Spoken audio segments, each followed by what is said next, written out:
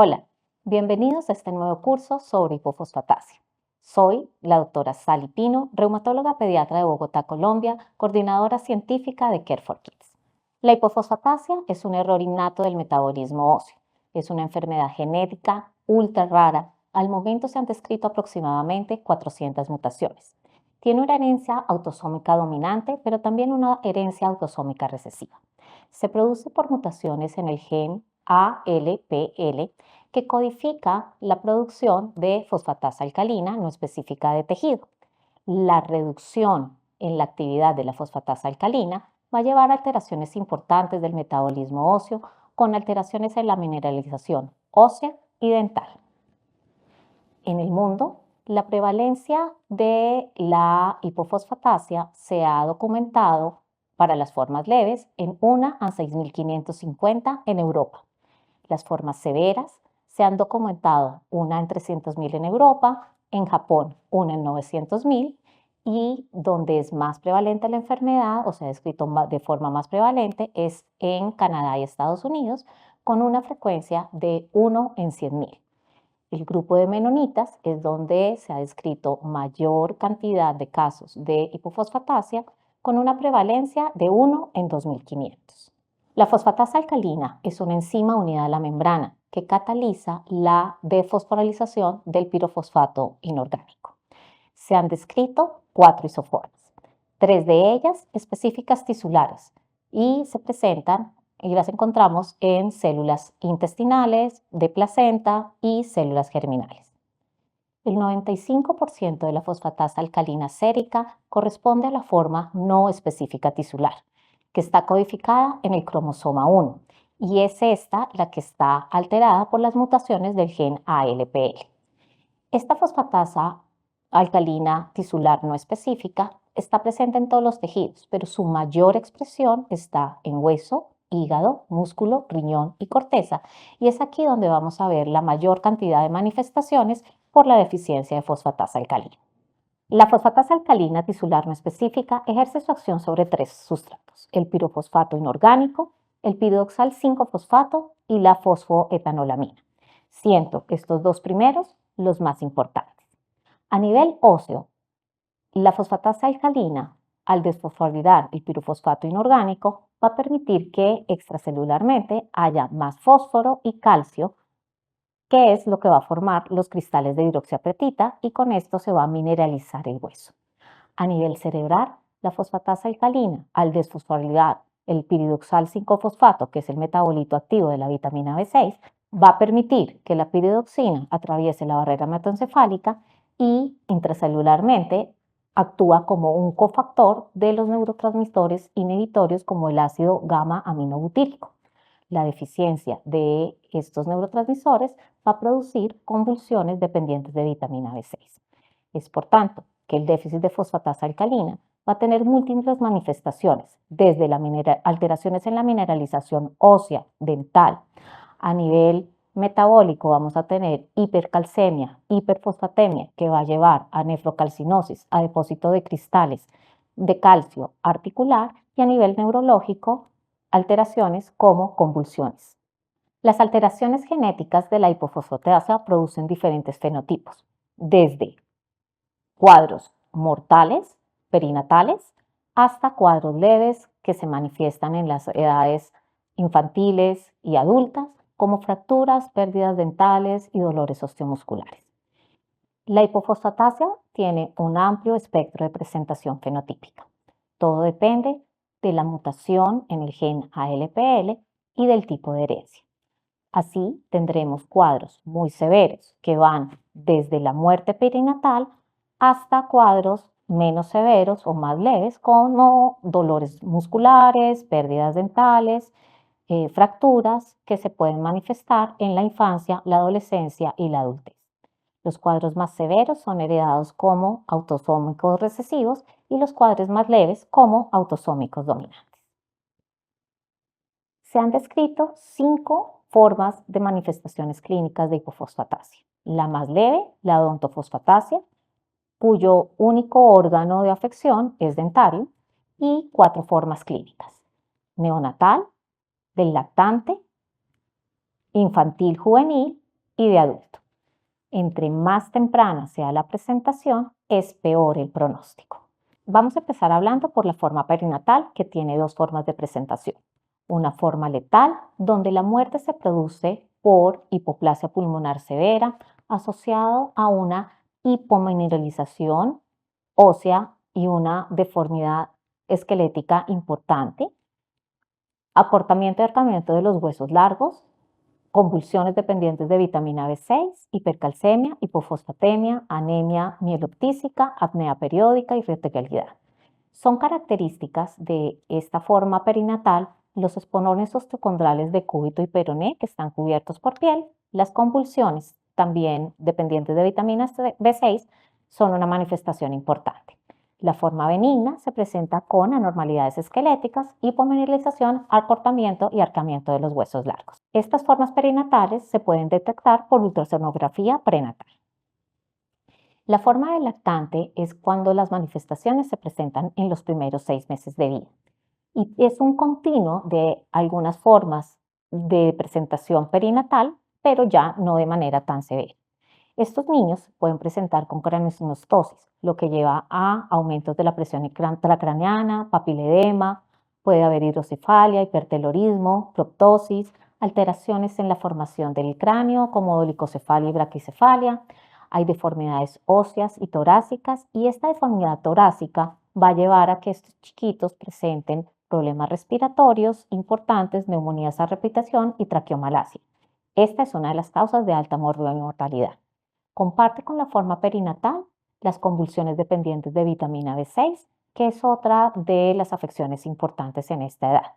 Estos niños característicamente pueden presentar nefrocalcinosis, hipotonía, debilidad muscular, alteraciones en el crecimiento, irritabilidad. Es característico ver en los huesos largos una formación que se denomina lecuas radiolucentes que aparecen desde el cartílago de crecimiento hacia la diáfisis del hueso. La forma infanto-juvenil se presenta después de los 6 meses hasta los 18 años. Acá tendremos manifestaciones ya no tan severas como las formas perinatales y la forma del lactante. Ya las convulsiones no se presentan en esta edad y se caracteriza por las anormalidades esqueléticas, fracturas recurrentes, baja talla, lleno valgo con piernas arqueadas, hay deformidades torácicas, se puede presentar el rosario raquítico, puede haber condrocalcinosis, que no es típico en los niños en ninguna otra entidad, y vemos nuevamente el ensanchamiento de las epífisis de muñecas, tobillos, con la aparición de las lenguas radiolucentes en cúbito y radio, como vemos en la imagen señalado por las flechas. Las alteraciones dentales son importantes y son patognomónicas de la forma infanto-juvenil.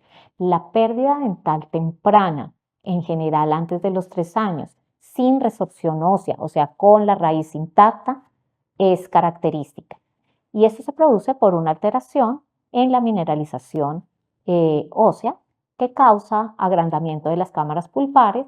También los niños pueden tener caries frecuentes y una erupción dental tardía.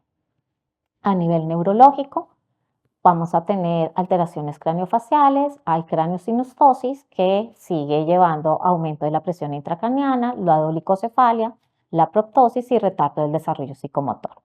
En el cráneo podemos ver lesiones óseas que se describen como cobre martillado, que son no solo típicas de la hipofosfatasia, pero se ven mucho en esta entidad. Otros síntomas que presentan los niños en la forma infanto-juvenil son la hiporexia, los síntomas gastrointestinales, hay hipotonía y dolor muscular. En la forma del adulto, la edad promedio de presentación es 32 años, más o menos 21. Y la forma más frecuente es la pérdida dental temprana.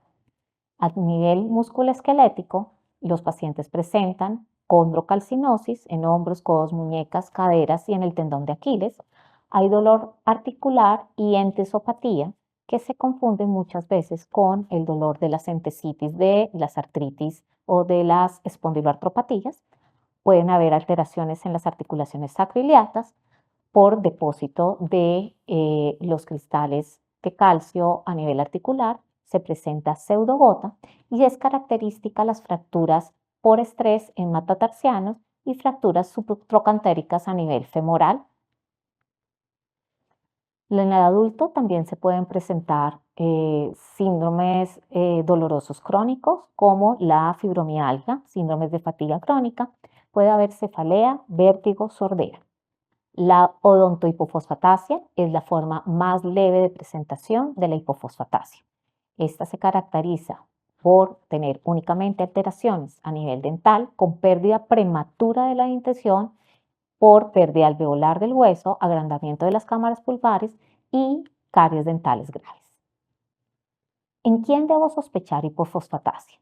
Entonces, en aquellos niños y pacientes que tengan manifestaciones esqueléticas como dolor, pero ese dolor puede ser mecánico, parecido al que se presenta en el lleno valgo. Los niños se pueden presentar con hiperlaxitud, pueden tener dolor y debilidad muscular e hipotonía. Pueden presentar dolor de características inflamatorias relacionados con la presencia de entesopatía, artritis, condrocalcinosis, osteomielitis crónica multifocal recurrente, osteomielitis no bacteriana crónica y pseudogota.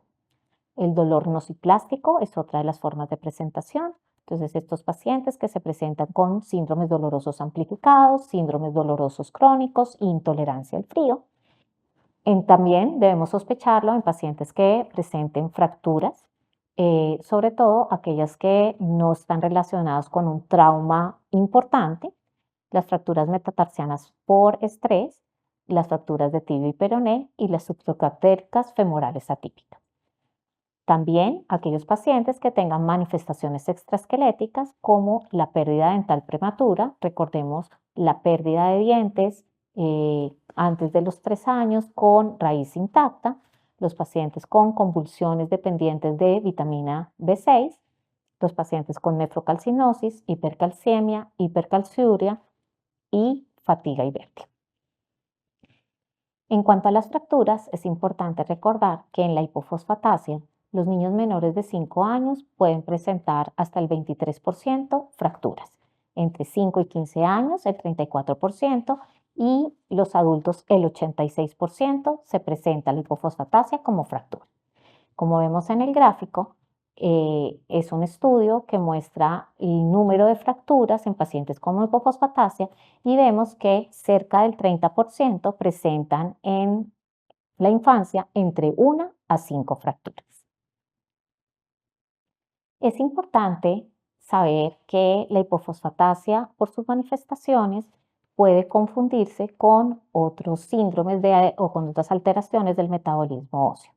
Tal vez el diagnóstico más importante a nivel perinatal tiene que ver con osteogénesis imperfecta e hiperparotiroidismo severo. En la etapa infanto-juvenil, también debemos hacer diagnóstico diferencial con otros errores innatos del metabolismo energético, con la osteodistrofia renal, con la osteoporosis idiopático juvenil, con los osteosarcomas, con la osteomielitis no bacteriana crónica. Hay que recordar que hay otras entidades que producen una baja actividad de la fosfatasa alcalina. Y tal vez los más importantes son el hipotiroidismo, la toxicidad por vitamina D, la malnutrición y las técnicas inadecuadas de recolección de muestra para fosfatasa alcalina. Para recordar, debemos pensar en hipofosfatasia porque es una entidad cuyas formas severas tienen una alta mortalidad, porque debido a la cantidad de expresión fenotípica que tiene, a la variedad de formas de presentación, el subdiagnóstico es muy alto y es una entidad que tiene tratamiento, lo cual mejora la calidad de vida de los pacientes. ¿Cuándo debo pensar en hipofosfatasia? En aquellos pacientes con dolor osteomuscular, ya sea mecánico, nociplástico o inflamatorio, como diagnóstico diferencial. Todos los pacientes con una pérdida dental prematura, pacientes que tengan condrocalcinosis, particularmente niños, nefrocalcinosis y cuando presenten fracturas con poco trauma. Muchas gracias.